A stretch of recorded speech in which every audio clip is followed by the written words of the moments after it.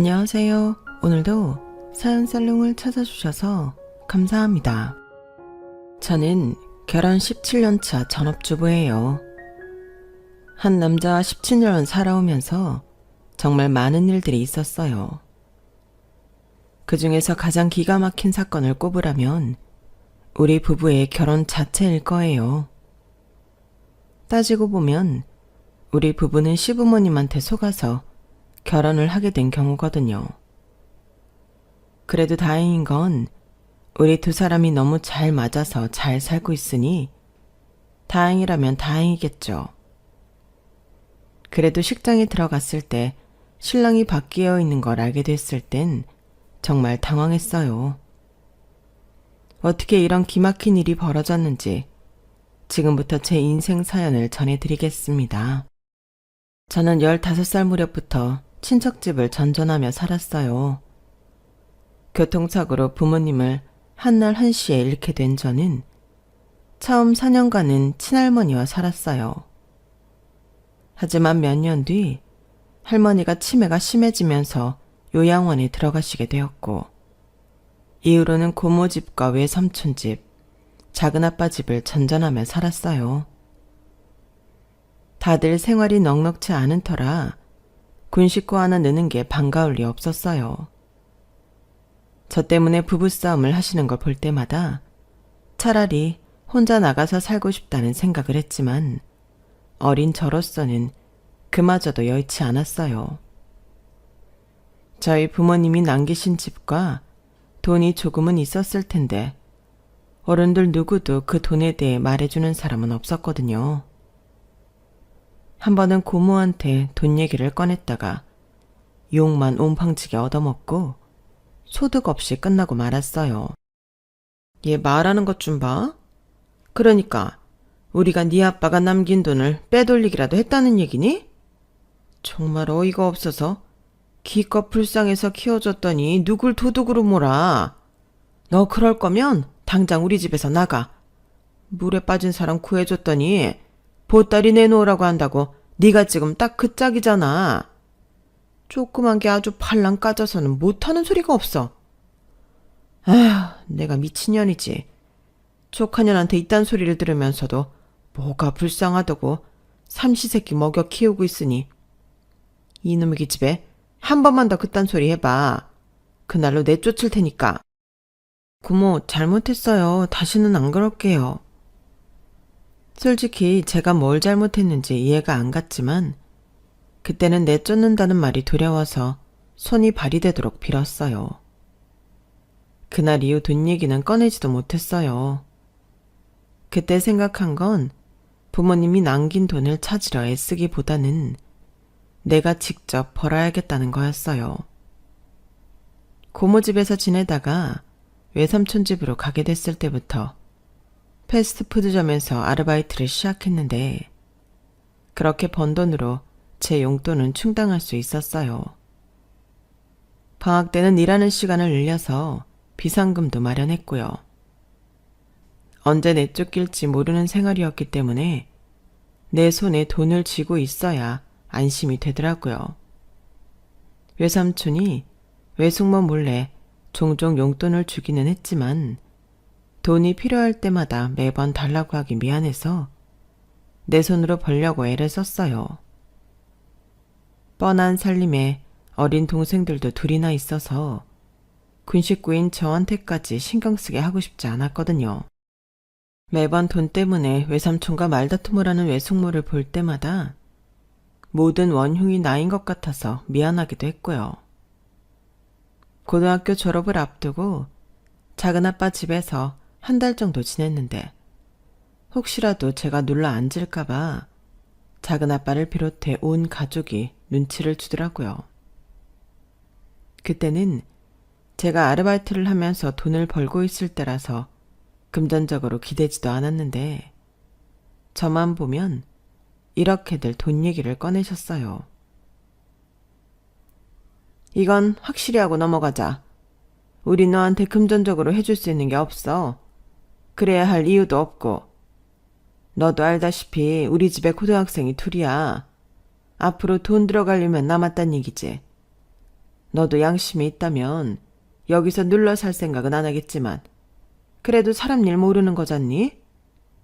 말로는 아르바이트 때문에 한 달 신세 진다고.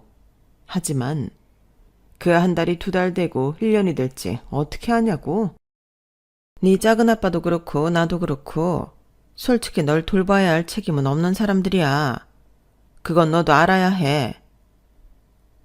그동안 남의 집을 전전하면서 마음 다치는 일이 많아서 그런지 작은엄마 말에 상처를 받지는 않았어요. 오히려 작은엄마 입장에선 그럴 수밖에 없다고 이해하는 입장이었어요. 상황이 이러니 또래 친구들처럼 학교 성적을 걱정하는 건 제게 있어서 사치였어요. 어떻게든 집에 폐 안 끼치고 내 힘으로 살아내는 게 지상 최대의 과제였을 정도로요. 부모님이 살아계셨다면 어린 나이에 이런 고민을 하지 않아도 됐겠지만 어쩌겠어요. 내 인생이 이런 걸요. 그래서 일찍부터 안 되는 건 포기하고 될 만한 거에 집중했어요. 제가 선택한 건 돈을 버는 거였어요. 돈을 벌어서 더는 눈칫밥 먹지 않고 언제 쫓겨나더라도 먹고 살 수 있도록 대비하는 거요. 그리고 그 계획은 고등학교를 졸업하면서 실현되었어요. 서울에 있는 대학에 합격한 친구를 따라 저도 서울로 상경하게 되었거든요. 친구가 다니는 대학 근처에 방을 얻은 우리는 월세와 생활비를 반반 부담하는 조건으로 함께 살게 되었어요. 원룸 보증금은 친구 부모님이 내주셨고요. 워낙 어릴 때부터 아르바이트를 하며 돈을 벌어왔던 터라 생활비 버는 건 솔직히 걱정이 안 됐어요. 그보다는 친한 친구랑 같이 어른들 눈치 안 보고 살 수 있다는 기대감이 컸죠. 친구와 원룸 생활을 시작하고 한동안은 들떠서 미래에 대한 걱정이고 뭐고 없었어요. 하지만 좋아서 죽고 못 사는 부부 사이도 살다 보면 싸움도 하고 이혼까지 가기도 하잖아요. 저와 친구도 그랬어요. 고등학교 시절 단짝이었던 친구와 저는 함께 살면서 더할 나위 없이 좋았어요. 취향도 비슷하고 워낙 친한 사이라서 눈빛만 봐도 상대가 뭘 원하는지 알 정도니까요. 하지만 시간이 흐를수록 대학생 신분인 친구와 고졸 아르바이트생인 저 사이에는 조금씩 균열이 생기기 시작했어요. 생활 패턴부터 평소 상대하는 사람들, 주로 사용하는 어휘가 다르다 보니 어느 순간 거리감이 생겼거든요. 거기다 학벌 차이가 나다 보니 세상을 바라보는 가치관도 달라지고 미래에 대한 설계 자체도 달라져서 더 그랬던 것 같아요. 세훈아, 너 언제까지 아르바이트나 하고 살 거야? 당장 돈 버는 것도 좋지만 공부를 더 하든 자격증을 따든 해서 제대로 된 직장을 구하는 게 낫지 않아? 그건 나도 알지만 당장은 그럴 여유가 없으니까. 부모님 도움으로 학교 다니는 내가 할 말은 아니지만 그래도 미래를 생각해서 너도 뭔가 준비를 하는 게 좋을 것 같아서 그래. 우리가 언제까지 이렇게 같이 살 수도 없잖아. 그 무렵 친구는 제게 말은 안 했지만 해외 어학연수를 고민하고 있었나 봐요. 집 문제 때문에라도 제가 마음에 걸렸던 거였죠. 그러다가 반년 뒤 친구가 호주로 어학연수를 떠나게 되면서 우리는 갈라서게 되었어요. 고등학생 시절부터 20대 초반을 함께 해온 친구였기에 누구보다 많이 의지하고 살아서 그런가 친자매를 떠나보내는 것처럼 가슴 한구석이 텅 빈 기분이었어요. 그러면서 한편으로는 친구와 다시 만날 때에는 조금 더 나은 모습을 보여줘야겠다 다짐을 하게 되었죠. 몇 년간 쉬지 않고 여러 개의 아르바이트를 이어온 덕에 원룸 보증금은 마련할 수 있었어요. 하지만 당장 월세며 생활비가 2배로 들어가자 이제야 비로소 홀로살이가 실감이 나더군요. 친구 말대로 언제까지고 아르바이트를 하며 살아갈 수 없다는 생각이 문득 들었어요. 정규직이 되어야 은행 대출도 받을 수 있고 그래야 생활도 안정이 될 것 같았거든요. 그래서 당장 일을 줄이더라도 앞으로 오래 써먹을 수 있는 기술을 배우기로 했어요. 그렇게 도전하게 된 게 피부관리사 자격증이었어요. 대학 졸업장이 없어서 실력만 있다면 정년 걱정 없이 할 수 있는 일이니까요. 오전 아르바이트 하나를 그만두고 오후 아르바이트만 하면서 학원에서 열심히 자격증 준비를 한 저는 4개월 만에 필기시험과 실기시험에 합격을 했어요. 제가 특출났던 건 아니고 다들 이 정도 기간이면 합격을 하더라고요. 자격증은 생겼지만 그렇다고 바로 직장에 취직이 되는 건 아니더라고요. 학원 원장님 추천으로 대형 샵에 들어가 수습 기간을 보냈고 그 기간이 끝난 뒤 자체 평가 성적에 따라 취업이 결정됐어요. 다행히 저는 샵에 남을 수 있었어요. 서울에 올라온 지 4년 만에야 아르바이트 생활을 청산하고 정직원이 된 거예요. 비록 몸은 고됐지만 제 일의 특성상 지명 손님이 많을수록 인센티브도 올라가고 더 좋은 샵으로 스카웃되기도 했어요. 저는 운이 좋아서 3년 차에 강남에 있는 꽤 이름 있는 샵에 스카웃돼서 남들보다 일찍 자리를 잡게 되었어요. 샵의 위치나 규모도 중요하지만 가장 중요한 건 나를 찾는 손님 수였어요. 내가 담당하는 손님 수가 많으면 많을수록 독립할 때 확실히 도움이 되기 때문이죠. 그래서 매 손님들한테 최선을 다했고 그러던 중에 제 인생을 뒤바꿔 놓을 만한 사람을 만나게 된 거예요. 바로 미래의 제 시어머니였죠. 시어머니는 직원들 사이에서 신사동 사모님으로 불리는 부동산 큰손이었어요.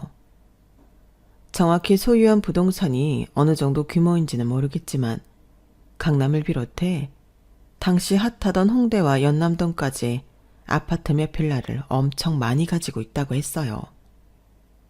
그래서 다들 어떻게든 신사동 사모님한테 연주를 대려고 혈안이 되어 있었죠. 저는 3년 차기는 하지만 이직을 한 지 얼마 안 된 터라서 아직 이렇다 할 큰 고객을 담당하지는 않았어요. 그러니 신사동 사모님과 직접적으로 대화를 할 일도 없었죠. 그런데 사람 일은 모르는 거라고 제게도 기회가 온 거예요. 원래 신사동 사모님을 담당하던 선배가 팔을 다치는 바람에 한동안 일을 할 수 없게 되었고 상대적으로 담당 고객 수가 적었던 제가 대신 맡게 된 거예요. 그 자리를 노리는 사람은 많았지만 신사동 사모님이 젊고 입이 무거운 직원을 원하셨기 때문에 제가 선택된 거였죠. 소문이 하도 대단해서 어떤 사람인지 궁금했는데 막상 만나보니 평범한 중년 부인이었어요. 하지만 오랜 세월 부를 누리고 살아서 그런가 행동 하나하나에 부티가 나긴 하더라고요. 저는 특별한 노하우라고 할 게 없는 사람이라서 그저 시간 꽉 채워가며 묵묵히 열심히 할 뿐이었는데 신사동 사모님 눈에는 그런 제가 마음에 들었던가 봐요. 이후 샵에 오실 때에도 저를 지명해 주셨어요. 그렇게 반년 넘게 사모님 담당으로 일을 했지만 우리가 나눈 얘기라고는 간단한 인사와 날씨 얘기가 고작이었어요. 그런데 제가 생각지도 못한 사기를 당하게 되면서 상황이 급변하게 되었지 뭐예요. 이전 샵에 다닐 때만 해도 전셋집은 꿈도 못 꿨어요.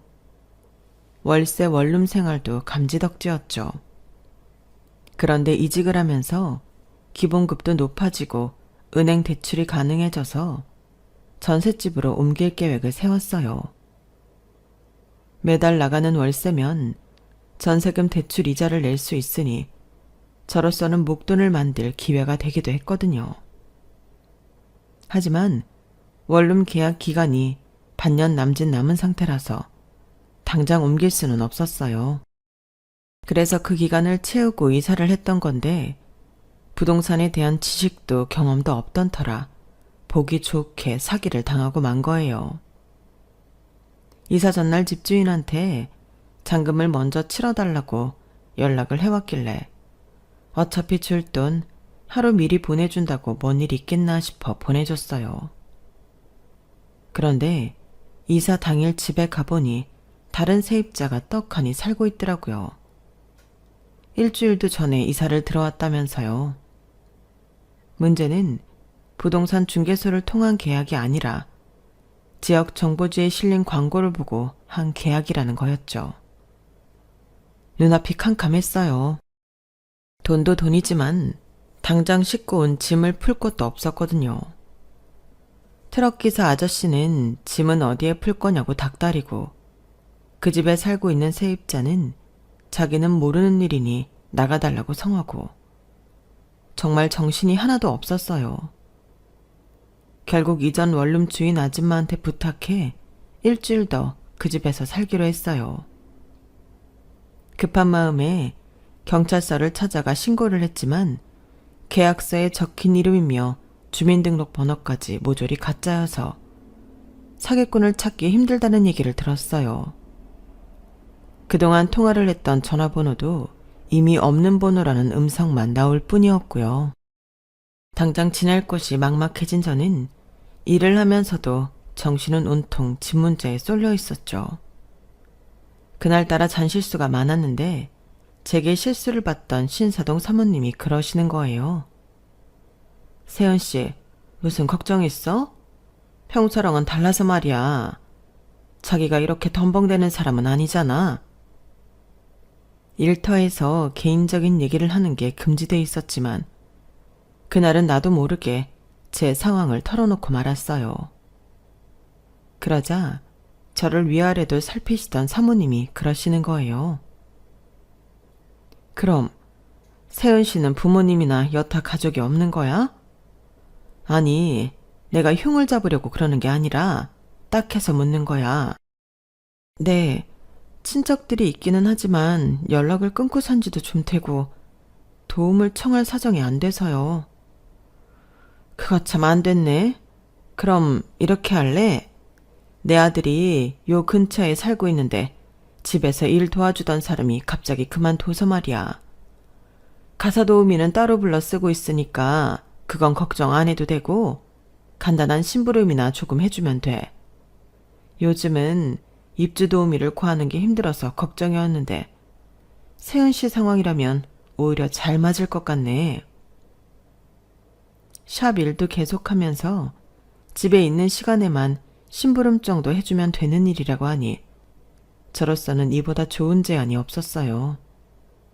그래서 바로 하겠다고 말씀드렸죠. 그러자 사모님이 그러시는 거예요. 우리 애가 다리가 조금 불편해. 그래서 심기가 꼬여 있는데 그건 세은 씨가 무시하고 지내면 될 거야. 내가 김 기사한테 말해둘 테니까 내일 오전 중에 짐 옮기고 일 시작해. 그럼 월세나 공과금 같은 건 어떻게 해야 할까요? 아드님한테 직접 내면 되나요? 뭐? 월세? 사람을 뭘로 보고 그래? 그냥 살아. 대신 내 아들 일거수일투족은 나한테 바로바로 알리고 그 정도는 할 수 있겠지? 그렇게 저는 신서동 사모님 아들 집에 들어가 살게 되었어요. 제가 일하는 샵과는 버스로 2정류장 거리여서 출퇴근도 편하고 좋더라고요. 집은 또 얼마나 넓은지 10식구가 살아도 충분할 정도였어요. 그런 큰 집에는 저와 사모님이 아들뿐이었어요. 사모님 말씀대로 다리가 불편해서 집안에서도 휠체어를 타고 다니더라고요. 심기가 꼬여있다던 사모님 말씀과 달리 아드님은 과묵하고 행동거지가 조심스러운 사람이었어요. 그 집에 들어가 살기 시작하고 일주일이 지났지만 우리는 말 한마디 섞어본 적이 없었어요. 제가 질문을 하면 고개만 끄덕이는 정도였으니까요. 사모님은 샵에 올 때마다 집에 따로 손님은 없었는지 아들이 하루 종일 뭘 하며 지내는지 물었지만 대답해드릴 거리가 없었어요. 그렇게 한 달여가 되어가던 어느 날 저녁을 짜게 먹어서 그랬는지 잠결에 목이 말라 주방으로 나왔어요. 그런데 안방 쪽에서 신음소리가 들리더라고요. 방문 가까이 다가가 보니 그 소리가 더 또렷하게 들렸어요. 그래서 혹시 무슨 일이 있나 싶어 방문을 열고 들어가 봤더니 아드님이 진땀을 흘리며 잠결에 끙끙 앓고 있는 거 있죠. 흔들어 깨워봤지만 도통 깨어나질 못했어요. 그런데 바들바들 떠는 남자의 손이 제 옷자락을 꽉 쥐고 있더라고요. 꼭 감은 눈 옆으로는 눈물이 흐르고 있었어요. 그 모습에 나도 모르게 울컥했어요. 얼마나 무서운 악몽이기에 성인 남자가 이렇게 아이처럼 겁에 질려 잠을 설칠까 생각하니 마음이 쓰이더라고요.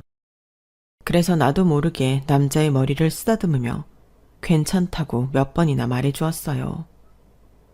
그랬더니 남자도 조금씩 안정을 찾아가더라고요. 남자는 그날 일을 기억하지 못했지만 저는 또렷이 기억하고 있었기 때문에 남자를 볼 때마다 마음이 쓰이더라고요. 그리고 그날 일은 차마 사모님께 전하지 못했어요. 제가 모자 사이에 대해 정확히는 알지는 못했지만 두 사람의 행동을 보니 친모자지간이 아니라는 것과 둘 사이가 그리 좋지 않다는 건 알 수 있었거든요. 저를 이 집에 보내준 건 사모님이지만 이상하게 마음이 가는 쪽은 남자여서 나름의 노선을 타게 된 거였죠. 물론 남자는 제게 그러라고 하지 않았음에도 말이에요. 입주한 지 한 달이 지나도록 별다른 보고가 없자 사모님은 조금씩 짜증을 내기 시작했어요. 세은 씨, 그렇게 안 봤는데 너무 날로 먹으려 드는 거 아니야? 내가 뭐하러 세은 씨를 그 집에 보냈다고 생각해? 정말 잔심부름이나 해주라고 보낸 것 같아? 눈치가 없는 거야, 없는 척 하는 거야. 그게 무슨 말씀이신지 잘 모르겠는데요. 그럼 제가 뭘 했어야 하나요? 다 원참. 아니, 내가 그런 것까지 일일이 다 말해줘야 돼? 젊은 남녀가 한 집에 있으면 무슨 일이 있어야겠어? 우리 아들이 다리는 그 모양이어도 인물은 그만하면 어디서 빠지진 않잖아. 다리가 불구지 남자 구실 못하는 것도 아닌데. 세은 씨, 여자는 자고로 어떤 남자를 만났느냐에 따라 팔자가 변하는 거라고. 언제까지 남의 얼굴이나 만지면 살 거야? 잘 생각해보라고. 그 말을 듣고 나니 그제야 사모님 전담이었던 직원들의 조건이 떠올랐어요.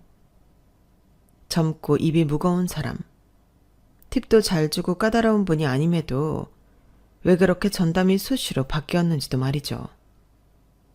모르면 모를까 직접적인 얘기를 듣고 나니 집에서 남자를 마주칠 때마다 화들짝 놀라곤 했어요. 밤마다 방문을 걸어 잠그고 몇 번이나 확인할 정도로 겁에 질려 있었죠. 그러자 하루는 남자가 그러는 거예요.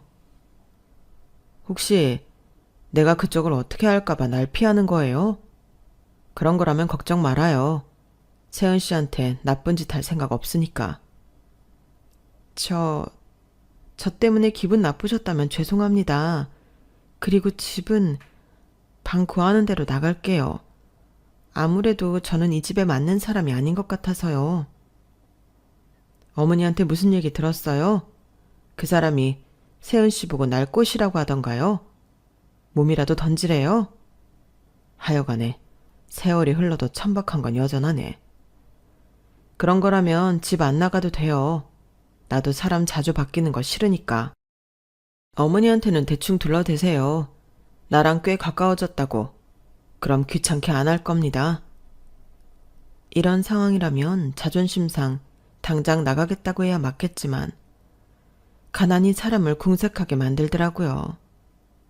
수중에 가진 돈이 없어서 나간다 해도 고시원 정도가 고작이었거든요. 그래서 선뜻 나가겠다는 말이 나오지 않았어요. 구차해도 얼마간은 더 붙어 있자 싶었죠. 그렇게 남자 집에 얹혀 살면서 알게 된 게 하나 있었어요.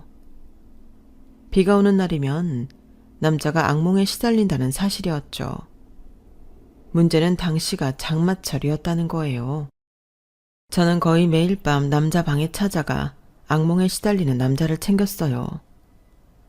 마른 수건으로 식은땀을 닦아주고 바들바들 떨고 있는 남자 손을 잡아주고 때로는 위로의 말도 해주곤 했죠. 그런데 꼬리가 길면 밟힌다고 남자가 그 사실을 알게 된 거예요. 그날도 남자는 악몽에 시달리고 있었고 평소보다 더 심한 발작까지 이어져서 발버둥치는 남자를 끌어안게 되었어요. 그런데 하필 그때 남자가 잠에서 깬 거예요. 저는 그저 괴로워하는 남자를 도와주려고 한 행동이었는데 남자 입장에선 성추행이나 다름없는 거잖아요. 놀라서 황급히 도망치려고 했는데 남자가 제 손목을 잡고 놓지 않았어요. 부탁입니다. 어머니께는 말하지 말아주세요. 말 안 해요. 그런데 혹시 교통사고 당하셨어요? 잠결에 사고 얘기를 하시던데. 그렇게 시작된 남자와의 대화는 날이 새도록 이어졌어요. 남자는 중학교 1학년 때 친모와 함께 차를 타고 가다가 신호를 무시하고 달리던 덤프트럭이 덮치는 바람에 사고를 당했다고 했어요. 그 사고로 친모는 그 자리에서 즉사하고 남자는 다리를 심하게 다치게 되었죠. 장례를 치르기가 무섭게 그 자리를 치고 들어온 여자가 지금의 새어머니였어요. 아버지의 외도 상대였는데 본처가 죽자마자 바로 본가로 들어왔다더군요. 남자가 그 사실을 안 건 1년 넘게 병원에서 지내다 퇴원한 날이었어요.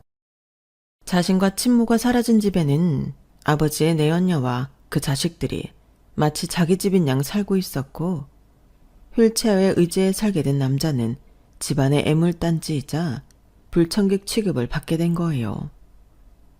집을 나온 건 성인이 된 이후였어요. 입학한 대학 근처에 집을 얻어 살게 된 거죠. 집을 나왔다고는 하지만 가사 도우미와 운전 및 등하교를 돕는 도우미까지 새어머니 사람들로 채워져서 감시 아닌 감시를 받게 되었어요. 대학을 졸업하고 집으로 들어가야 했지만 남자는 매번 핑계를 대고 여전히 밖에서 혼자 지내고 있었죠.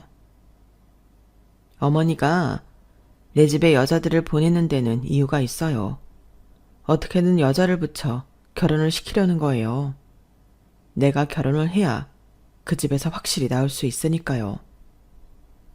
남자의 아버지는 아무리 여자에 빠져 본처가 죽자마자 내연녀를 집에 들였다고는 해도 자기 자식까지 버릴 만큼 매정한 인간은 아니었나 봐요. 다리가 불편한 아들이 혼자 나가 산다고 하자 집에서 데리고 살 때보다 더 신경을 쓰셨던 거예요. 아들을 볼 때마다 집으로 들어오라고, 안 그러면 재정 지원을 끊겠다고 으름장을 놓곤 하셨죠. 결혼해서 가정을 이룰 때까지는 그 관심이 멈추지 않을 것 같자 새어머니는 차라리 결혼시켜서 완전히 내보내버릴 생각을 한 거예요. 제대로 된 집안이라면 이런 집에 딸 자식을 줄 리도 없고 거기다 남자가 하반신 불구라서 결혼 상대를 구하기란 더더욱 힘들었어요. 저처럼 부모도 없고 돈도 없는 사람이 제격이다 생각한 건 당연한 일인지도 모르겠네요. 저 역시 부모님을 차사고로 잃은 터라 남자의 아픔이 남의 아픔 같지 않았어요. 지금까지 살면서 누구한테 의지하겠다는 생각도 없었고 기대고 싶은 생각도 없었는데 이상하게 남자한테는 그런 마음의 담장이 무너지고 말았어요. 결국 그동안 제가 살아온 이야기를 가감없이 전하게 되었고, 그 과정에서 그동안 꾹 누르고 있던 서러움과 아픔이 터져버렸어요. 우리는 그렇게 서로의 얘기에 귀를 기울이고 서로를 위하게 되었어요. 한 집에서 산 지 2달여밖에 되지 않았지만 그날의 일로 인해 우리는 마음을 터놓고 지내는 사이가 되었어요. 그리고 그 소식은 얼마 지나지 않아 새어머니 귀에 들어가게 되었어요. 어머, 얌전한 고행인 줄 알았더니 아니었네? 잘 됐어. 우리 아들이 다리는 좀 불편해도 인물 좋지, 학벌 좋지. 무엇보다 걔 아빠가 돈이 많잖아. 그래도 명색이 큰아들인데 건물 하나 안 주겠어? 내 입으로 이런 말하긴 좀 그렇지만 세은 씨 땡 잡은 거야. 그래, 결혼은 언제 하기로 했어? 쇳불도 단 김에 빼랬다고 올해 안에 하면 좋겠는데 세은 씨는 어때? 네? 결혼이요? 사모님, 뭔가 잘못하신 모양인데요. 저희 아직 아무 사이도 아니에요. 아니긴, 도우미 아줌마가 그러는데 세은 씨가 아침에 우리 애 방에서 잠옷 차림으로 나오는 거 봤다는데? 어디서 시치미를 때? 뭐야, 요즘 말로 원나잇이다 이거야? 그렇게 안 봤는데 자기 아주 여운해? 우리 애 마음 잡고 나니까 이제 협상이라도 하겠다는 거야 뭐야? 좋아, 결혼만 해. 그럼 45억짜리 건물 하나 줄게. 미리 말해두는데 분수에 넘치는 걸 바라다간 손에 쥔 것도 뺏기는 수가 있어. 명심해. 그러니까 우리가 날을 새고 서로에 대한 얘기를 나누던 그날, 아침이 돼서야 남자 방에서 나온 저를 도우미 아주머니가 보았던 모양이었어요. 그날 우리가 무슨 얘기를 나눴는지는 비밀이었기에 더는 새어머니 심기를 건들지 않으려고 조용히 입을 다물었어요. 그 바람에 남자와 저는 밤을 함께 보낸 사이로 기정사실화 되었지만요. 어떻게든 남자를 부친으로부터 떨어뜨리려 혈안이 된 새어머니는 당사자들의 의사와 상관없이 결혼을 밀어붙였어요. 처음엔 그리 걱정을 하지 않았는데 남자 아버님까지 집에 찾아오시는 바람에 상황이 묘하게 돌아가기 시작했어요. 결혼 자체에만 관심이 있는 새어머니와 달리 아버님은 저라는 사람에게 관심이 있으신 것 같았거든요.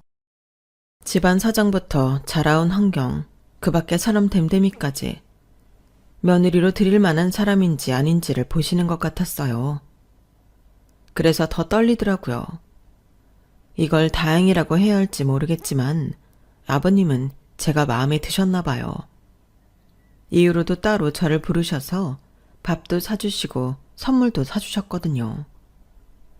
우리가 아무 사이가 아니라는 걸 말씀드리려 했지만 그러지 못한 이유가 있었어요. 남자는 자신이 당한 교통사고에 새 어머니가 연관돼 있다는 걸 알고 있었어요. 당시 사고를 낸 트럭 기사가 형을 마치고 찾아왔었거든요. 아들 수술비 때문에 버린 짓이라면서 울면서 사과를 했다더군요. 하지만 중간 브로커를 끼고 벌어진 일이라서 그걸 새어머니와 연관시키기가 힘들었어요.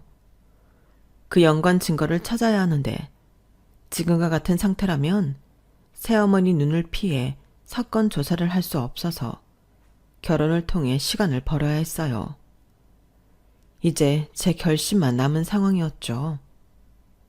남자를 도와 결혼식을 올리고 시간을 벌어줄 것인가, 아니면 여기서 발을 뺄 것인가. 살면서 지금까지 저는 누군가에게 피해를 주고 도움만 받고 살았잖아요. 그런데 생애 처음 제 도움을 필요로 하는 사람을 만나게 되니 이성적인 사고보다는 감정적으로 되더라고요. 하루아침에 부모님을 잃고 세상에 혼자 버려졌던 나와 남자가 자꾸 동일시 되었거든요. 결국 저는 남자를 돕기로 했고 결혼을 하게 되었어요. 만난 지 3개월 만에 벌어진 일이었죠. 결혼식을 보름께 앞두고 저는 일을 그만두었어요. 그리고는 본격적으로 결혼 준비를 시작했죠. 신혼집은 살던 집에 꾸리기로 해서 안방 침대와 화장대 같은 가구 몇 개만 바꾸기로 했어요. 아무래도 남편은 함께 움직이기 불편해서 새 어머니와 함께 가구를 보러 다녔어요. 마치 안방 마님이 종년한테 선심 쓰듯 어찌나 생색을 내는지 함께 있는 시간이 너무 힘들더라고요. 시간은 흘러 결혼식 전날이 되었어요. 그날은 병원 진료가 있는 날이라서 함께 병원으로 갔어요.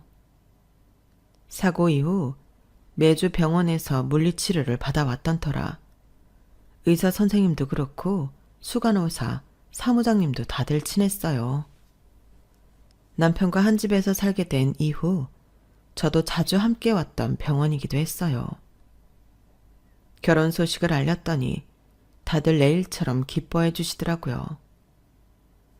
그날따라 남편의 물리치료는 길어졌고 드디어 결혼식 당일이 되었어요. 친인척들한테 연락을 하기는 했지만 와주실지 몰라서 저는 남편과 함께 입장을 하기로 했어요. 그래서 남편의 휠체어 뒤에 섰는데 그 순간 기적 같은 일이 벌어진 거예요.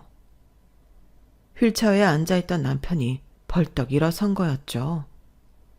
마침 그때 식장 문이 열리고 버진로드 앞에 우뚝 서 있는 남편을 본 사람들이 다들 입을 떡 벌렸어요. 저 역시 마찬가지였고요. 남편은 제 손을 잡고 버진로드에 첫 발을 내딛었어요. 한 3걸음쯤 걸어 들어갔을까요? 혼주석에 앉아있던 새어머니가 벌떡 일어나 소리를 질렀어요. 말도 안 돼.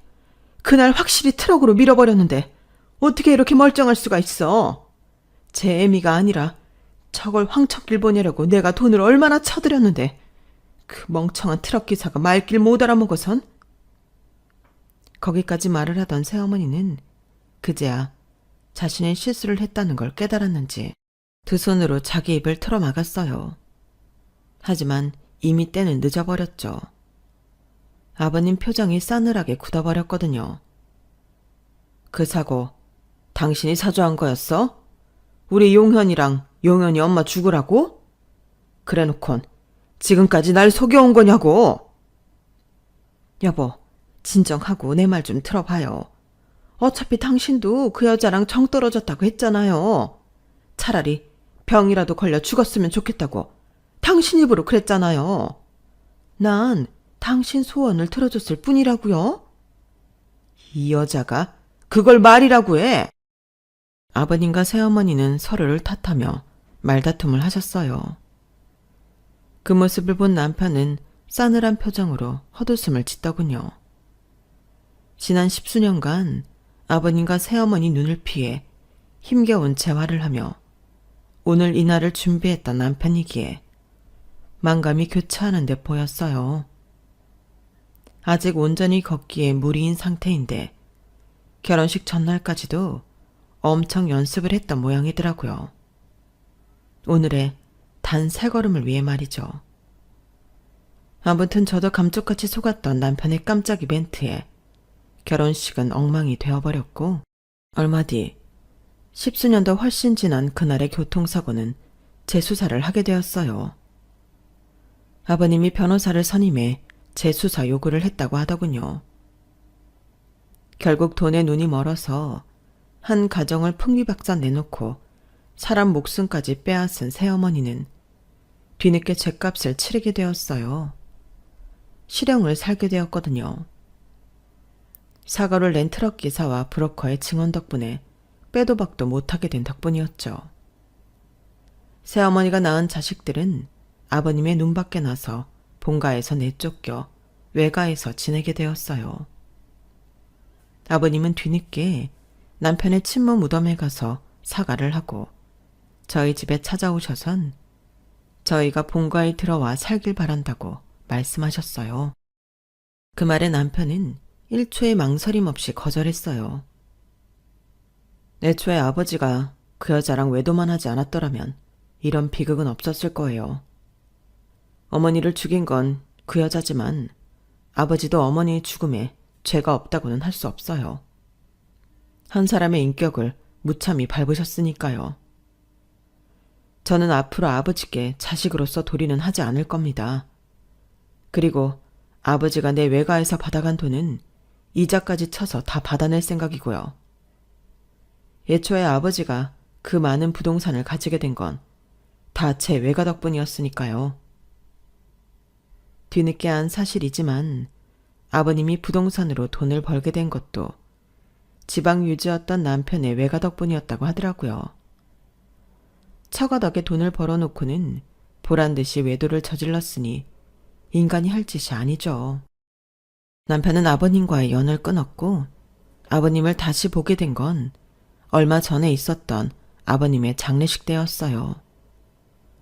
우리 부부의 결혼식이 있고 이듬해부터 남편은 변호사를 통해 아버님의 재산을 하나 둘 증여받았기 때문에 아버님께 남은 재산은 살고 있던 집과 상가 한 채뿐이었어요.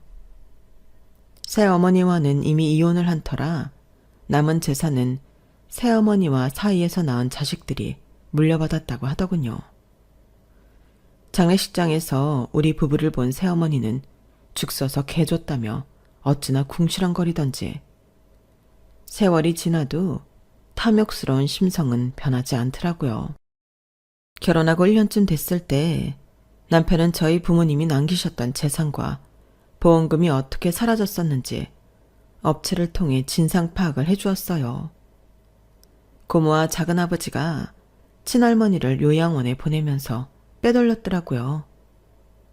남편은 제가 원한다면 소송을 통해 되찾아주겠다고 했지만 그러지 말라고 했어요. 고모와 작은아빠가 한 짓은 괘씸하지만 어찌됐건 간에 부모 잃은 저를 키워준 건 사실이니까요. 지금에 와서 그 돈을 받는다고 해도 제 인생이 달라질 것 같지도 않았고요. 위장결혼에 가까운 결혼을 한 우리 부부였지만 17년 넘게 살면서 단 한 번도 이 결혼을 후회한 적이 없어요.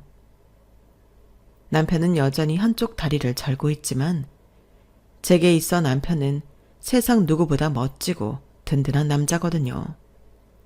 우리 아이들한테는 세상 다정한 아빠이기도 하고요. 우리 부부는 너무 일찍부터 파란만장한 인생을 살았지만 오늘은 이 순간이 지나는 게 아까울 정도로 행복한 나날을 보내고 있습니다. 그래서일까요? 가끔은 그런 생각이 들곤 하더라고요. 미리 고통과 슬픔을 느끼지 못했다면 지금의 행복을 알아차릴 수 있었을까 하고 말이죠.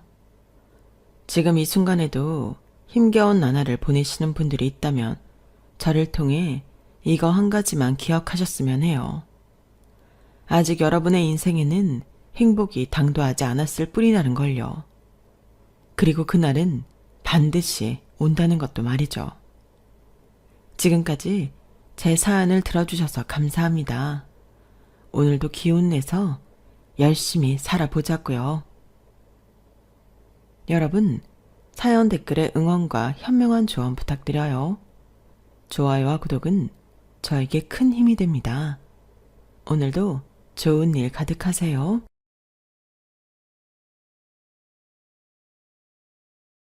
안녕하세요. 오늘도 사연 살롱을 찾아주셔서 감사합니다. 저는 올해 가을에 결혼을 준비하다 파혼한 30대 중반 여성입니다. 연애 기간은 3년 조금 넘었었고 결혼 준비를 하기 시작한 건 한 달이 조금 지나서 예비 시아버님의 말도 안 되는 요구에 파혼을 결심했어요. 왜 흔히 연애랑 결혼은 다르다고 하잖아요. 그런데 그게 정말이더라고요. 그리고 제가 결혼하려고 했던 남자친구보다 3살이 더 많았는데 살다 늙은 여자 취급은 그때가 처음이었어요. 제가 남편을 좋아해서 쫓아다녔으면 말을 안 하겠는데 저를 좋다고 쫓아다닌 건 저보다 어린 남자친구였거든요. 그렇다고 제가 나이가 많았던 것도 아니었어요. 처음 남자친구한테 고백을 받았을 때 제 나이가 33이었는데 그냥 평범한 30대 초반 미혼 여성이었어요. 그러니 제가 좋다고 하던 그 남자는 당시 30이었는데 제가 나이가 더 많긴 했지만 우리 둘 다 30대 초반이었던 거죠. 그래서 제 스스로 나이에 대한 콤플렉스 같은 건 없었는데 남자친구 아버님은 그게 아니었나 보더라고요. 참고로 예비시댁에는 어머니가 안 계셨어요. 부모님이 이혼을 했다고 들었는데 워낙에 남자친구가 어릴 때 헤어지고 한 번도 못 만나서 어머니 얼굴도 기억이 나지 않는다고 했어요.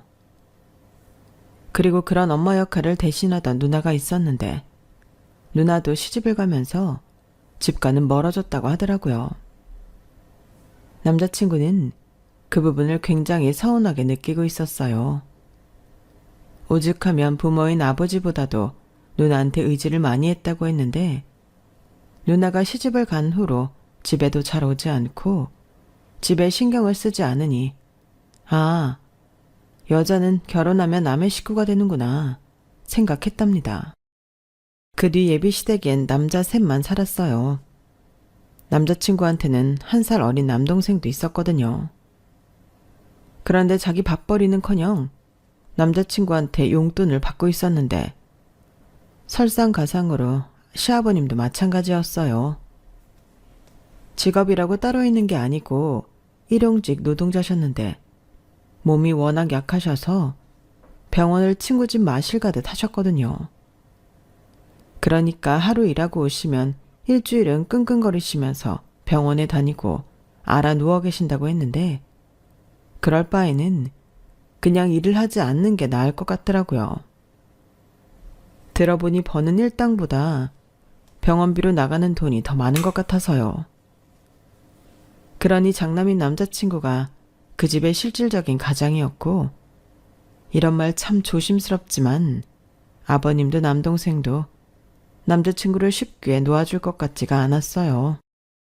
그래서인지 여자친구가 3살 연상이라는 사실을 알고는 그 집 식구들이 반발이 심했다고 했는데 특히 아버님이 네가 뭐가 아쉬워서 늙은 여자를 만나?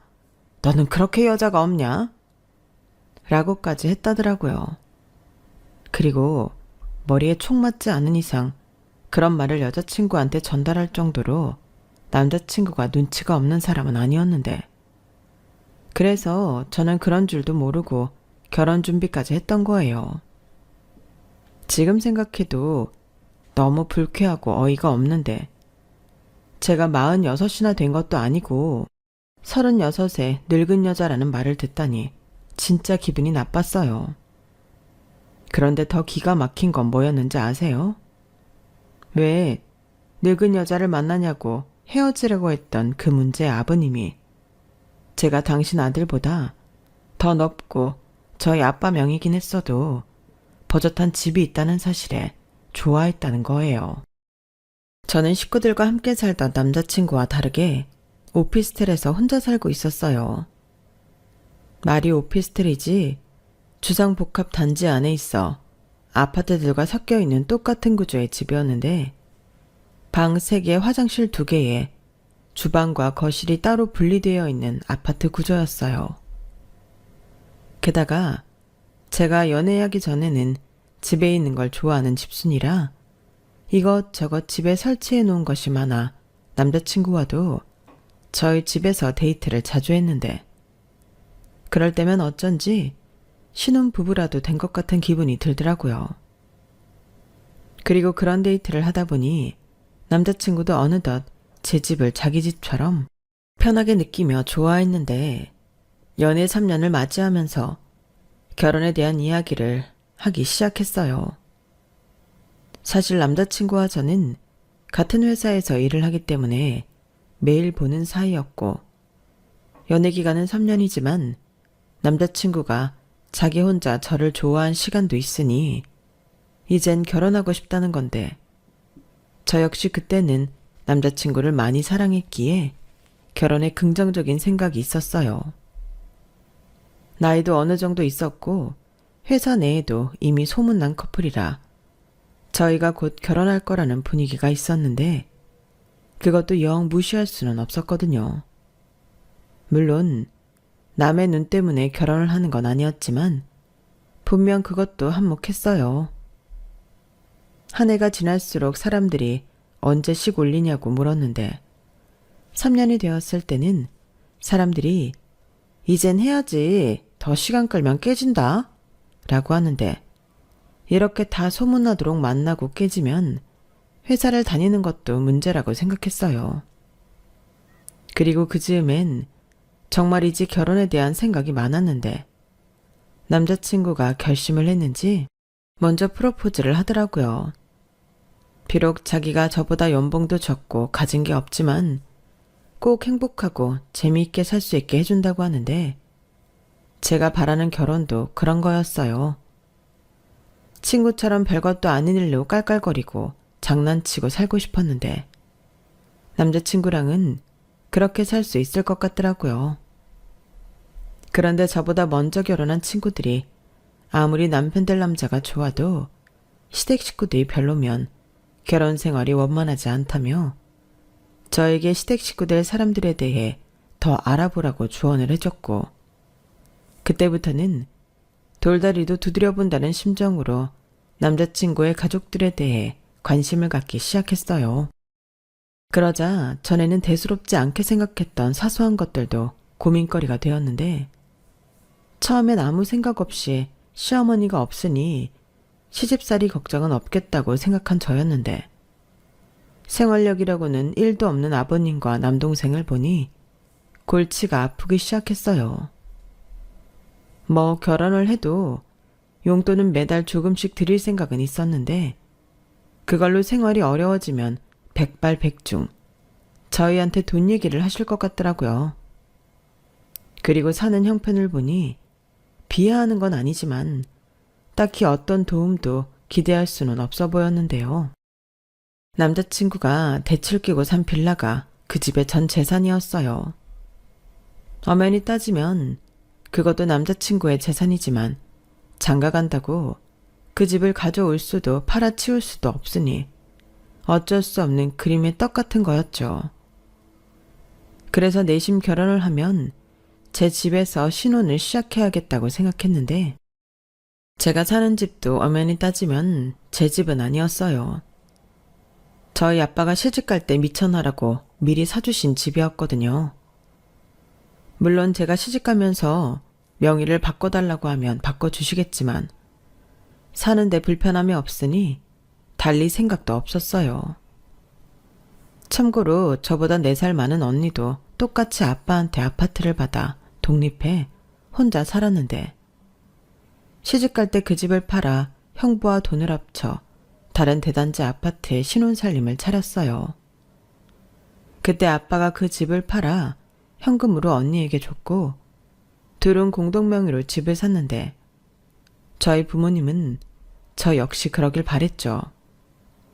하지만 저는 그럴 여유는 없을 것 같았고 그냥 남자친구가 혼수해 오는 걸로 만족할 생각이었는데 그렇다 보니 남자친구 물건이 하나둘 제 집에 쌓이게 되었어요. 누가 보면 이미 살림을 합친 신혼부부라고 해도 될 만큼 남자친구의 물건이 많았는데 그걸 저희 엄마가 제가 없을 때 집에 와서 보게 된 거예요. 물론 제가 남자친구가 있다는 걸 알고 있긴 했는데 딸 가진 엄마라 그런지 아직 시집도 안 간 딸 집에 남자 물건이 있는 건 싫었나 보더라고요. 그래서인지 30 한참 넘은 딸인 저에게 엄청 뭐라고 하셨는데요. 괜히 집에 남자 왔다 갔다 하는 거 보면 주변에서 안 좋은 소문나고 혼삿길 막힌다며 그렇게 좋으면 아예 결혼을 하라고 하셨어요. 너는 보는 눈이 얼마나 많고 소문이 얼마나 무서운데 이 짐들은 다 뭐야? 벌써 살림이라도 차린 거야? 그렇게 좋으면 시간 끌지 말고 시집을 가. 왜? 뭐가 문제가 있어? 문제는 무슨, 안 그래도 그럴까 생각하고 있는 중이야. 엄마는 내 나이가 몇인데. 오히려 이 나이에 남자도 없으면 그게 더 이상하지 않아? 나이가 뭐가 중요해? 시집도 안 간 처녀집에 남자가 들락날락거리는 게 더 이상하지. 문제 없으면 한 살이라도 더 어릴 때 얼른 해. 엄마는 무슨 내가 짐짝이야? 뭘 그렇게 치워버리고 싶다는 듯 말해. 나도 다 고민이 있어. 일단 결혼을 해도 이 집에서 살아야 할 것 같단 말이야. 아빠한테 시집 간다고 나 명의 돌려달라고 하면 돌려주겠지? 아니, 네가 만난다는 사람은 도대체 뭐하는 사람인데 맨몸으로 장가를 와? 집집마다 사정이 있는 거잖아. 내 남자친구가 착해서 그래. 엄마 없이 자랐는데 아버지도 몸이 약해서. 엄마가 전에도 말했지?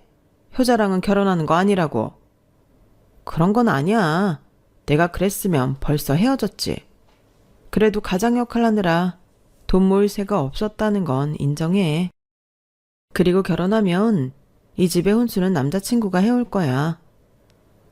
그래, 아주 대단한 남자친구다. 그래서 얼마나 대단하면 여태 얼굴을 한번 안 보여줘?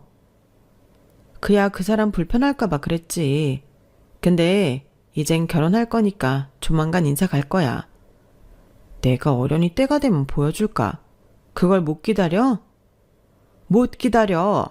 이렇게 내 딸 집에 들락날락하는데 어떤 놈인가 엄마가 확인은 해야지. 아무튼 엄마는 너 믿고 기다리는 거니까 좋은 말로 할 때 집에 데리고 와라. 네 아빠도 은근 네가 어떤 놈을 만나는지 궁금해해. 자꾸 놈놈한다. 알았어. 조만간 갈 테니까 그만 좀 쪼아. 그리고 미리부터 말하지만 그 사람 엄마 없이 살아서 그런지 우리 집에 가서 많이 어색할 수 있거든. 그러니까 엄마도 조심 좀 해줘. 궁금하다고 막 폭풍 질문하지 말고. 나한테 하듯 쪼아대지 말라고. 요즘은 고부 갈등보다 장서 갈등이 그렇게 문제래. 어머, 얘 좀 봐. 아주 별꼴이야. 내가 그럼 네 남친한테 함부로 할까봐 벌써 이러는 거야? 이거 왜 이래? 이래봬도 엄마 교양 있는 사람이다. 그리고 엄마랑 아빠는 진짜 이상한 사람이 아니고서는 대환영이야. 우리는 이제 너만 시집 보내면 걱정 끝인데 뭘 더 바라겠니? 내가 말은 그렇게 했어도 이 집 정도면 둘이 살기 문제없고 사람만 괜찮으면 엄마도 아빠도 무조건 오케이니까 걱정하지 말라고 그래. 이렇듯 저희 엄마는 말은 좀 까탈스럽게 해도 이미 남자친구를 허락할 준비가 되어 있었어요. 그리고 실제로 남자친구를 저희 집에 데려가 인사를 시키는데 잔뜩 얼어있는 남자친구를 배려해 주는 것도 저희 엄마셨고 저희 아빠는 다른 건 다 필요 없으니 성실하고 정직하게만 살라고 하셨어요. 저희 집이 뭐 그렇다고 아주 여유가 많은 집은 아니었는데 그렇다고 돈으로 계산하고 그러는 집도 아니었거든요. 그래서 남자친구가 가진 게 없다는 걸 알면서도 크게 문제 삼지 않으셨는데 당신은 저한테 결혼 미천으로 집을 해줬으니 그걸로 해줄 건 다 해줬다고 생각하셔서 더 그랬던 것 같아요. 나머지는 니들이 알아서 하라는 주의라 저도 그렇게 생각했죠. 그리고 아빠는 혹여 미래 사위가 부담이라도 가질까 오피스텔 명의는 혼인신고하면 제 이름으로 바꿔주겠다고 하셨는데요. 남자친구는 그래도 그 말이 은근 좋았는지 감사하다고만 꾸벅 인사를 했어요.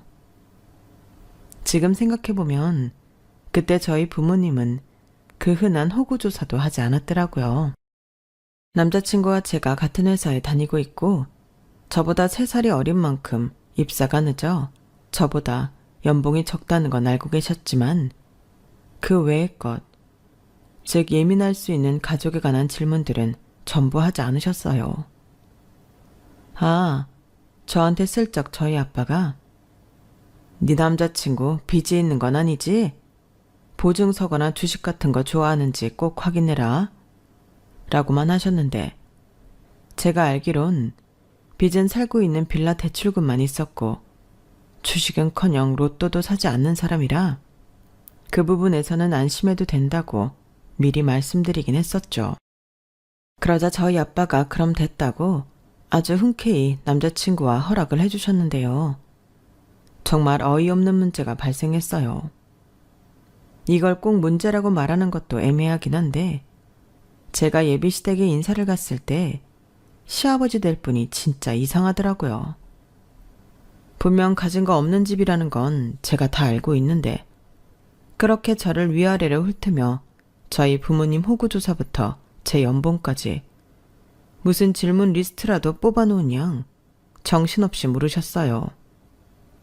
부모님은 다 살아있는지, 부모님 직업은 뭔지, 외동인지 다른 형제가 있는지 등 호구조사도 이런 호구조사가 없었는데요.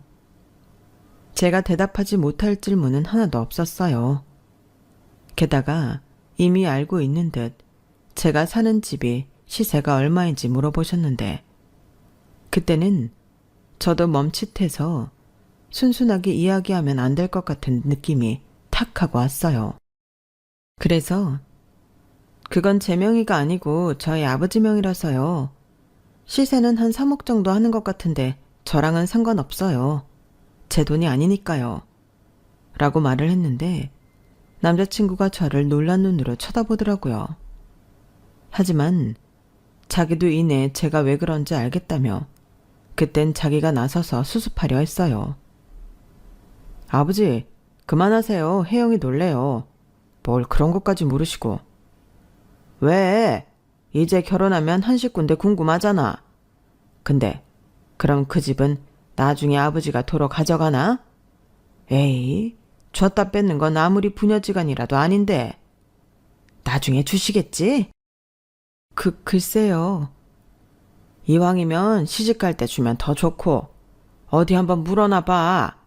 내가 아버지면 딸 자식 시집 보낼 때 시원하게 줄 텐데. 그 짝 아버지도 아마 그 생각일 수도 있어. 우와, 그럼 우리 형수는 취집 올 때 집을 해오는 건데? 형 능력 있다. 그럼 네 형이 날 닮아서 능력 있지. 그리고 여자가 나이가 많으면 원래 좀 더 해오고 그러는 거야. 그렇다고 내 말 오해하지 말고. 지금 보니 동안이네. 저는 저걸 농담이라고 하는 건지 웃지도 못하고 표정 관리가 어려웠어요. 그래서 슬쩍 남자친구를 쳐다봤는데 가운데서 미안해 죽겠다는 얼굴을 하고 있더라고요. 그리고 그 집을 나오자마자 남자친구가 진짜 미안해.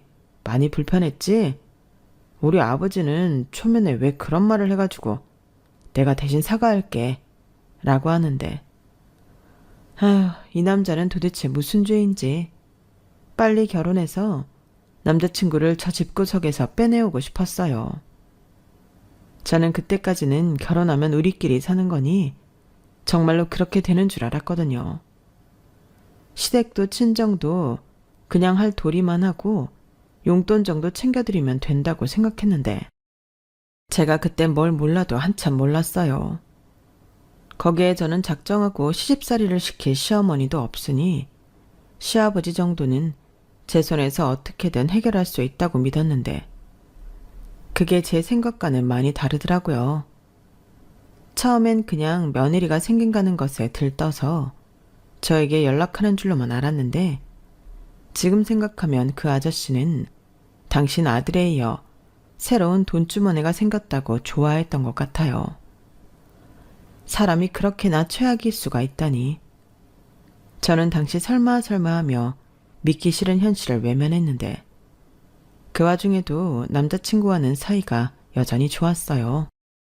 그리고 제 안에 어떤 마음인지 모르지만 내가 이 남자를 행복하게 해줘야 한다는 사명감까지 갖게 되었는데 그렇게 시간이 흘러 상견례 날이 되었죠. 솔직히 날이 날이니만큼 조금은 불안했어요. 제가 워낙 초면에서 별로인 인상을 받았기 때문에 예비 시아버지가 저희 부모님에게 실수라도 한번 하지 않을까 긴장하게 되었는데 저희 아빠가 먼저 좋은 날이니 좋은 술을 마시자고 술을 권하는 바람에 제 마음은 더 두근거렸어요. 그런데 다행히 몸이 별로 좋지 않은 예비 시아버님이 당신은 먹는 약이 있어 술을 자제해야 한다며 사양하셨고, 저희 아빠는 그럼 그렇게 하시라고 하면서 다행히 큰 문제 없이 상견례자리가 끝났는데요. 딱 보니 예비 시아버님도 긴장을 많이 하고 오셨더라고요.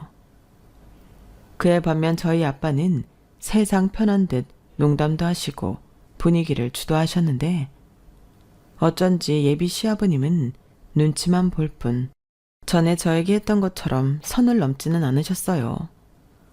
그걸 보고 참 다행이라고 생각했죠.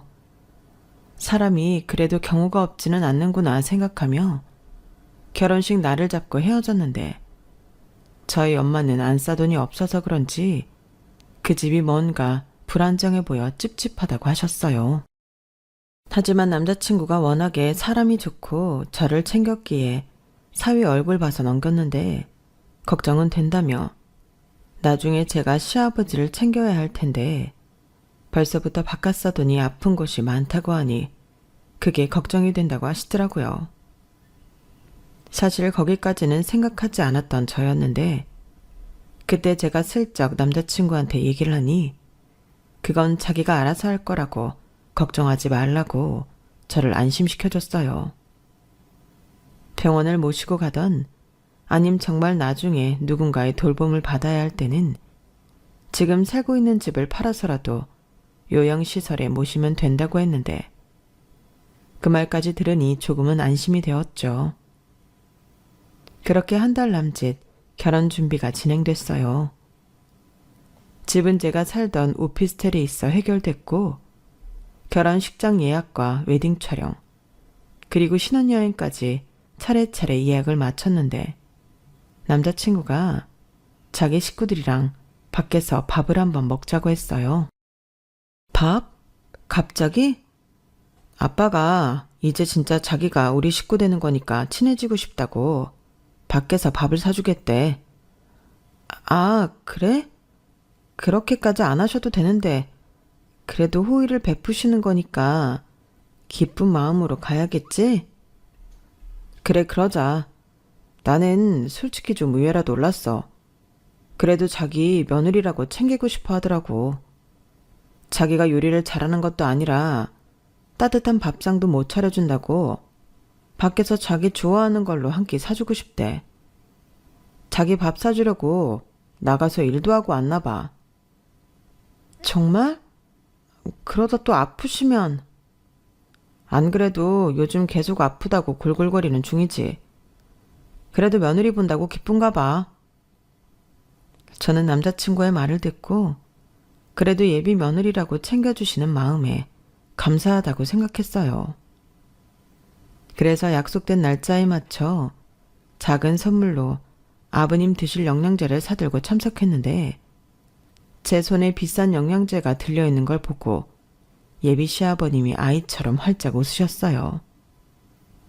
그리고는 앉으라며 손질을 하셨고, 먼저 주문했다는 식사가 나오기 시작했는데, 나름 생각을 하셨는지 깔끔하게 차려진 한정식이 제 앞에 차려지더군요. 그때 분위기가 참 화기애애하게 좋았어요. 정말이지 한 식구가 된 것처럼 예비 도련님까지 참석해 이야기를 주고받는데, 그땐 정말 제가 이 사람들과 가족이 된다는 것이 실감났죠. 하지만 좋은 것도 그때뿐이었어요. 알고 보니 그 자리는 그냥 친해지자고 만든 자리가 아니라 목적이 있는 자리더라고요. 그리고 이윽고 분위기가 무르익어가니 예비 시아버님이 그러셨는데요. 저기, 내 말 오해는 하지 말고 지금 살고 있는 그 집이 오피스텔이라지? 네, 내가 한때는 건축도 하고 부동산 일도 조금 했어서 잘 아는데, 오피스텔이 살 때는 좋아도 팔 때가 영 나빠. 내가 이 녀석한테 주소를 듣고 좀 찾아봤는데 얼른 팔아치우는 게 좋겠더라고. 아, 근데 그건 제 명의가 아니라서요. 그래, 그거야 내가 알지. 전에도 그렇게 말했잖아. 근데 신혼집으로 쓸 요량이면 집에다 말을 해서 팔자고 해. 그래도 이제 와서 어떻게 그래요? 저희 그 집에 들어갈 생각으로 집도 안 구했는데. 무슨 걱정이야? 우리 집에 있는데. 당분간 우리 집에 있으면서 차근차근 집 구하면 되지. 그리고 아버지가 그 오피스텔 팔면 우리 지금 사는 빌라도 팔아서 조금 더 큰 집을 사는 게 어때? 이왕이면 우리도 같이 살게. 네? 그게 무슨... 아버지, 조용히 좀 해. 아버지가 다 생각이 있어서 그래. 그리고 이놈아, 너는 장가가면서 우리 생각은 안 하냐? 너 없이 막둥이랑 내가 어떻게 사냐? 그야 제가 생활비 드릴 거예요. 그리고 그런 얘기는 저랑 먼저 해야죠. 여기서 그런 얘기를 하시면 어떡해요? 어떡하긴 뭘 어떡해? 말 나온 김에 여기서 결정을 보면 되지. 내가 너한테 얘기를 하면 네가 이런 자리를 만들기나 하겠니? 아무리 생각해도 이게 최선이야. 아는지 모르겠는데 내가 몸이 별로 안 좋아서 병원도 자주 가야 하고 며느리 수발도 좀 받아야 하는데 그러려면 같이 사는 게 편하지. 안 그래? 저는 저를 보고 배시시 웃는 그 얼굴에 진심으로 소름이 끼쳤어요. 그러니까 이 얘기를 하려고 저를 만나자고 한 건데 저는 단박에 그건 싫다고 거절했죠. 시아버지 수발 들려고 결혼하는 여자는 없잖아요. 그러자 예비 시아버님은 표정 관리가 안 되는 듯 언짢은 얼굴로 저를 쳐다보셨고 화기애애했던 자리는 삽시간 긴장감이 맴돌았는데 여기서 밀리면 끝이라는 생각이 제 머릿속에 가득했어요. 그리고 자기의 제안이 거절당하자 기분이 많이 상했는지 예비 시아버님은 이젠 대놓고 막말을 쏟기 시작했는데 저의 결혼은 그때 깨진 거나 다름없게 되었어요. 글쎄 이 아저씨가 저에게 젊은 서방을 얻으려면 부모인 자기한테 정성을 보여야 한다고 말도 안 되는 소리를 하더라고요. 저는 순간 제 귀를 의심했는데 무슨 자기네가 대단한 양보라도 하는 것처럼 제 나이를 들먹이더라고요. 아니 이봐, 자네도 참 염치가 없네. 여자 나이 1살 많은 것도 남자 집 입장에서는 될까 말까야. 근데 무려 3살이나 나이도 많으면서 이렇게 생각도 하지 않고 싫다는 말이 바로 나오나? 싫은 건 싫은 거죠. 그리고 제가 경훈 씨보다 3살 많은 건 맞지만 그렇다고 아버님 말씀처럼 제가 뭘 부담해야 한다고 생각하진 않아요. 제가 시집 가는 게 경훈 씨랑 행복하게 살려고 하는 거지 아버님 수발 들려고 하는 게 아니잖아요. 거참 말 진짜 싸가지 없게 한다. 우리 아들이랑 행복하게 살려면 그 부모를 잘 복양할 생각을 해야지. 어떻게 그렇게 이기적이야? 자네는 내 아들보다 누나면서 생각이 그렇게 짧아서 어쩌나? 저는 그 아저씨 말에 충격받고 더는 가만히 있을 수 없었어요. 그래서 이렇게는 결혼 못한다고 자리에서 일어났고 제 말에 더 기가 막힌다며 그 아저씨는 호통까지 치셨는데 나중에는 식사값도 저더러 내고 가라고 하더라고요. 그래서 보란듯이 제 밥값만 계산하고 나와버렸어요. 그러자 얼른 제 뒤를 쫓아온 남자친구가 미안하다며 일이 이렇게 될 줄은 몰랐다고 사과를 하는데 그때는 너무 화가 나서 남자친구한테도 이딴 결혼 안 하고 싶다고 헤어지자고 했네요. 젊은 서방을 얻으려면 정성을 보여야 한다는 그 말부터가 굉장히 기분이 더러웠거든요. 그리고 어떻게 제 연락처를 알았는지 그 아저씨는 다음날 전화해서 어른한테 그렇게 하는 법이 어딨냐고 또 선을 넘으셨는데 이젠 제가 괘씸하다며 자기도 저 같은 며느리는 볼 생각이 없다고 하더라고요. 그러면서 자기한테 용서를 받고 싶으면 이젠 아예 자기들이 잘 큰 집을 사오라고 했는데요. 들으면 들을수록 가관이었어요. 아니, 시어머니 갑질은 들어봤어도 시아버지가 이렇게 대놓고 속물인 건 듣도 보도 못했거든요. 그래서 그럴 필요 없고 용서받을 생각도 없다며 전화를 끊어버렸는데요. 그 뒤로부터는 남자친구의 집요한 매달림이 시작되었어요. 자기는 정말 저랑 결혼하지 못하면 아무랑도 결혼하지 못한다며 자기가 아버지랑 연을 끊겠다고 했는데 솔직히 그 말에는 믿음이 가지 않았어요. 살고 있는 집도 그렇고 그렇게 연을 끊을 수 있는 사람이라면 그렇게 희생하고 살지도 않았을 거라고 생각했기에 그냥 우리 인연은 여기까지였던 걸로 하자고 예식장부터 예약한 모든 걸 취소하자고 했죠. 정말 이렇게 나랑 헤어질 거야? 내가 다 잘못했어. 그런 자리인 줄 알았다면 나 자기한테 나오라고 하지 않았다니까. 나 한 번만 믿어줘. 내가 우리 아버지한테 확실하게 약속 받아올게. 그러면 되잖아.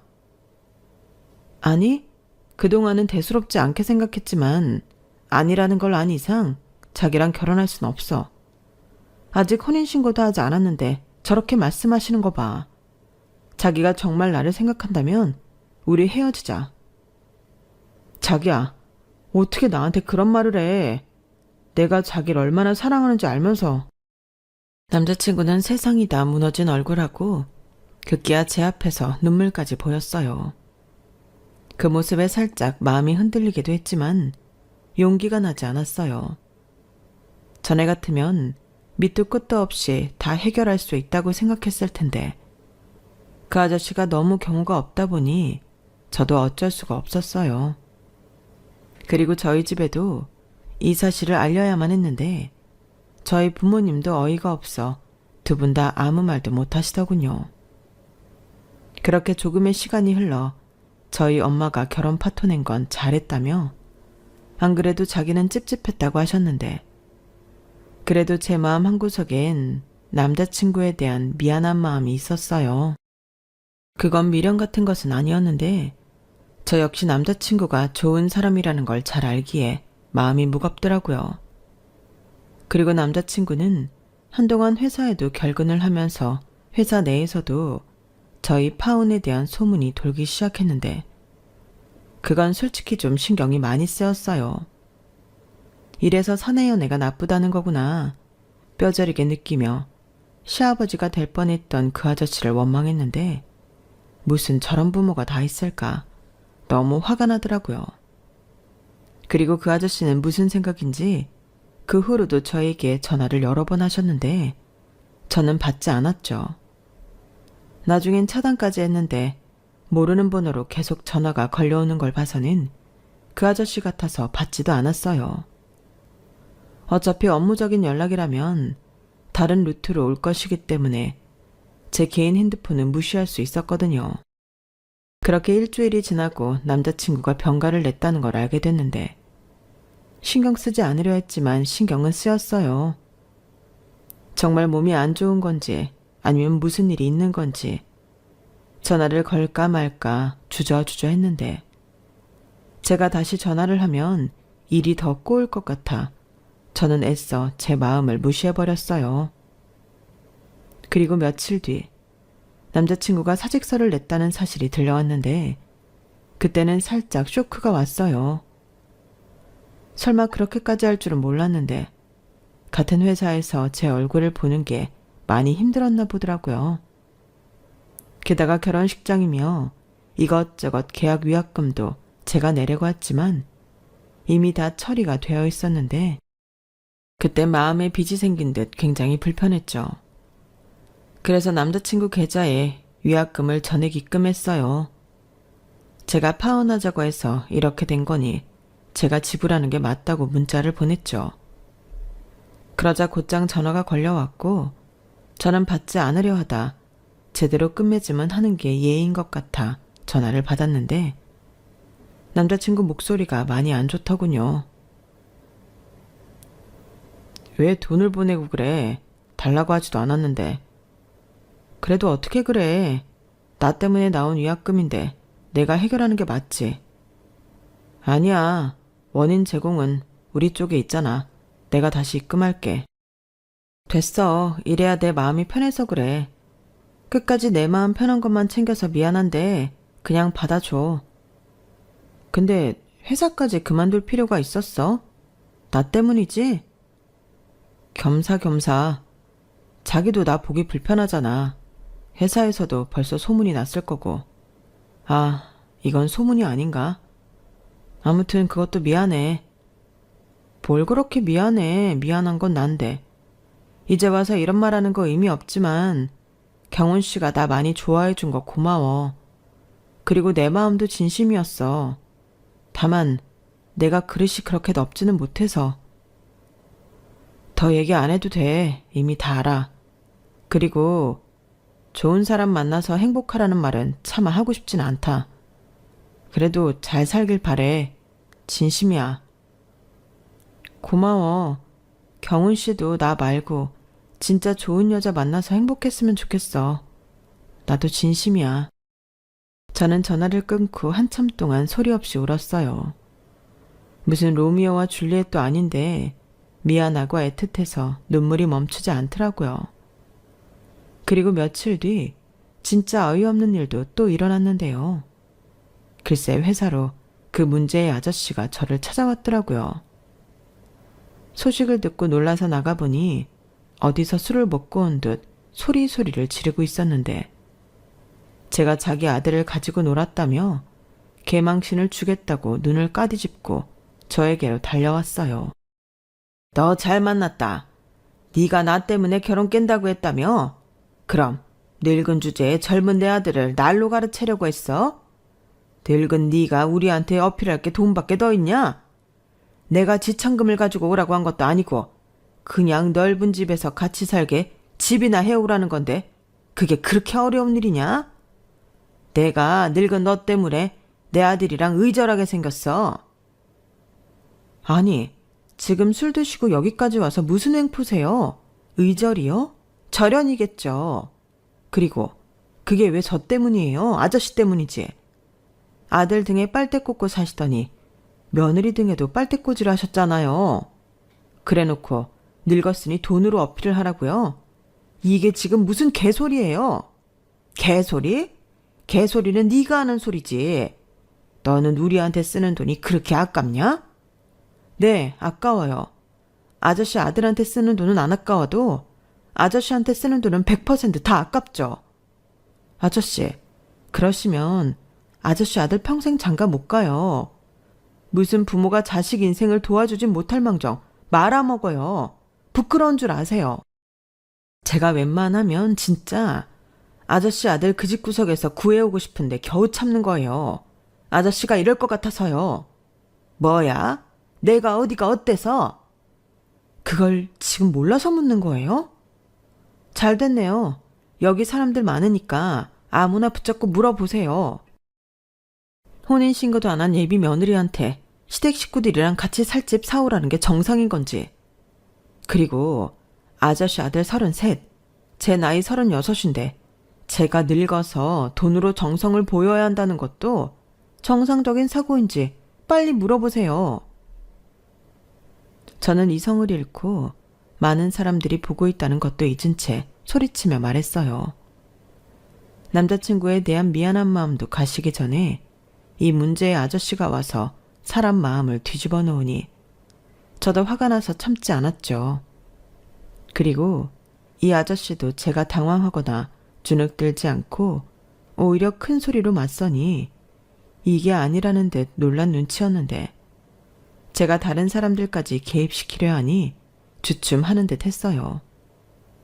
그래서 이 기세를 몰아 다시 한번 회사에 찾아와 횡포를 부리면 경찰에 신고해서 개망신은 내가 줄 거라고 몰아붙였는데 그러자 민망한 듯 헛기침을 몇 번 하고는 대뜸 네가 그러니까 그 나이 먹도록 시집을 못 간 거야. 너는 내가 보니 기가 세서 시집가긴 글렀다. 평생 그렇게 혼자 살아. 라며 악담을 했는데 저도 뒤질세라 남이 사 신경 끄세요. 제가 어떻게 살든 아저씨랑 무슨 상관이에요. 그럴 시간 있으면 제발 아저씨 자식들 걱정이나 하세요. 라고 말했죠. 그리고 그 즈음부터는 사람들도 그 아저씨를 이상하게 쳐다보기 시작했는데 그때였어요. 마침 제가 그날은 아빠와 만나서 본가에 가기로 했는데 우연히 저를 본 아빠가 달려오시더라고요. 그런데 손에 무언가 들려 있었는데 저희 아빠 손에는 소금이 들려 있었어요. 나중에 그 소금은 어디서 났냐고 물어봤었는데 편의점에서 샀다고 하시더라고요. 아무튼 그렇게 소금까지 사서는 사돈이 될 뻔한 그 아저씨를 향해 거침없이 뿌리셨는데 정말 진풍경이 따로 없었죠. 그리고 소금 차례를 맞은 그 아저씨는 저희 아빠까지 나타날지는 몰랐다는 듯 많이 당황했는데 왜 약한 사람한테는 강하고 강한 사람한테는 약한 사람 있잖아요. 그 아저씨가 딱 그런 사람이더라고요. 저희 아빠가 화가 나서 너 이놈 지금 감히 내 딸한테 무슨 짓이야? 라고 달려오니 그 아저씨는 놀라서 뒷걸음질 쳤어요. 그리고는 이젠 정말 창피함을 느꼈는지 어쩔 줄을 몰라 했는데 그래도 자존심은 있다고? 애비나 딸년이나 험악하긴 똑같네. 당신들 그렇게 살지 마. 라고 말하고 도망치듯 주랭랑을 쳤는데 진짜 왜 저렇게 사나. 그 뒷모습이 한심해 보였어요. 그리고 거기에 지지 않는 저희 아빠는 그 아저씨의 뒤통수에 대고 나도 당신 같은 없는 집구성이랑은 사돈 맺기 싫어. 어디서 감히 내 딸한테 다시 나타나면 그땐 내 손에 죽는다. 라고 소리쳤는데 참 덕분에 저는 아주 유명인사가 됐죠. 그래서 겸사겸사 일주일 정도 휴가를 쓰면서 머리를 식혔는데 생각이라는 게 마음처럼 멈춰지진 않더라고요. 사람이 얼마나 몰상식하면 술을 먹고 그렇게 나타나 횡포를 부릴 수가 있는 건지 저런 인간을 아버지라고 외면하지도 못하고 사는 그 사람이 참 불쌍했는데요. 부디 나중에라도 정말 좋은 인연을 만나 행복했으면 좋겠다는 생각을 했습니다. 비록 그 사람이 제가 될 수는 없었지만 그 사람이 더는 불행하지 않았으면 해요. 그리고 어쩌면 이 여우는 생각보다 오래 갈 수도 있다는 예감이 들었는데 얼마 전 저는 큰 결심을 했어요. 저 역시 회사를 그만두기로 결정을 했죠. 제가 너무 유명해진 탓도 있고 제가 회사를 계속 다니면 이미 그만둔 그 사람의 얘기도 계속 사람들 입에 오르내릴 것 같아 결정한 일인데 사실 그동안 모아둔 돈도 제법 있고 몸도 마음도 많이 지쳐서 쉬고 싶은 마음이 있었거든요. 그리고 준비를 잘해서 이직을 할 생각인데 이걸 계기라고 하긴 그렇지만 이걸 계기로 더 성장하고자 노력하고 있습니다. 저희 집에서는 나이가 30 중반이다 보니 이러다 영영 시집을 못 갈까 걱정하는 눈치지만 저는 나이에 연연하고 싶진 않아요. 비록 졸지에 늙은 여자 취급을 당하긴 했지만 저는 스스로 제가 늙었다고 생각하진 않거든요. 그리고 나이는 숫자에 불과한데 누구처럼 나이로 그 사람을 판단하면 안 된다고 생각해요. 그래서 무엇이 됐든 설사 그게 결혼일지라도 저는 나이에 구속되고 싶지 않은데요. 지금은 그저 이 파혼의 후유증을 잘 견디려 노력할 따름입니다. 이게 생각보다 많이 힘들더라고요. 아무래도 당사자들의 갈등이 아닌 부모의 일로 헤어지다 보니 마음이 더 복잡한 것 같은데 저도 그 사람도 이 상처에서 잘 벗어나길 바래요. 그리고 먼 훗날엔 서로에 대해 좋은 기억만 남길 바랄 뿐인데요. 좋은 사람인 만큼 그 사람이 많이 행복했으면 좋겠습니다. 아울러 그 염치 없고 경우 없는 그 사람의 가족도 이제 제발 그 사람을 자유롭게 놓아줬으면 좋겠는데 남의 가정사에 뭐라고 할 수는 없지만 남자친구의 엄마가 왜 일찍 이혼하고 떠났는지 알 것 같네요. 사람이 하루아침에 변할 수는 없겠지만 그 아저씨가 벼락이라도 맞아 정신을 차렸으면 좋겠네요. 사랑의 힘으로 모든 것을 극복할 수 있다고 생각했는데 현실은 그렇지 못하더라고요. 물론 그런 분들도 계시겠지만 저는 그러지 못했기에 저는 제 그릇을 알고 그냥 지금처럼 제 분수에 맞게 살아갈 생각입니다. 솔직히 지금은 연애나 결혼 생각은 전혀 없고요. 새로운 직장 잘 구해서 열심히 제 능력껏 살고 싶은 마음이에요. 그리고 지금보다 더 현명하고 지혜로운 사람이 되고 싶은 마음인데, 정말이지 그 사람의 아버지 같은 최악의 어른은 되지 말아야겠다는 생각입니다. 나이를 먹었다고 다 어른은 아니더라고요. 제 파혼 이야기는 여기까지예요. 제 이야기를 들으시고 어떠셨는지 궁금한데요. 저는 제 결정을 후회하진 않지만 객관적으로 제가 잘 판단했는지는 잘 모르겠습니다. 이 글을 쓰고 있는 지금도 그 사람을 떠올리면 마음이 많이 무겁거든요. 하지만 시간이 약이라고 우리 둘 다 미안한 마음은 빨리 잊고 서로의 행복을 빌어줄 수 있었으면 좋겠는데, 제 욕심일까요? 그게 설령 정말 욕심이라도 부디 꼭 그렇게 됐으면 좋겠네요. 그럼 지금까지 제 이야기를 들어주신 모든 분들께 고맙다는 인사를 전하며 저는 이만 마지막 인사를 드리겠습니다. 항상 건강하시고 좋은 일만 가득하시길 소원하며 안녕히 계세요. 감사합니다. 여러분, 사연 댓글에 응원과 현명한 조언 부탁드려요. 좋아요와 구독은 저에게 큰 힘이 됩니다. 오늘도 좋은 일 가득하세요.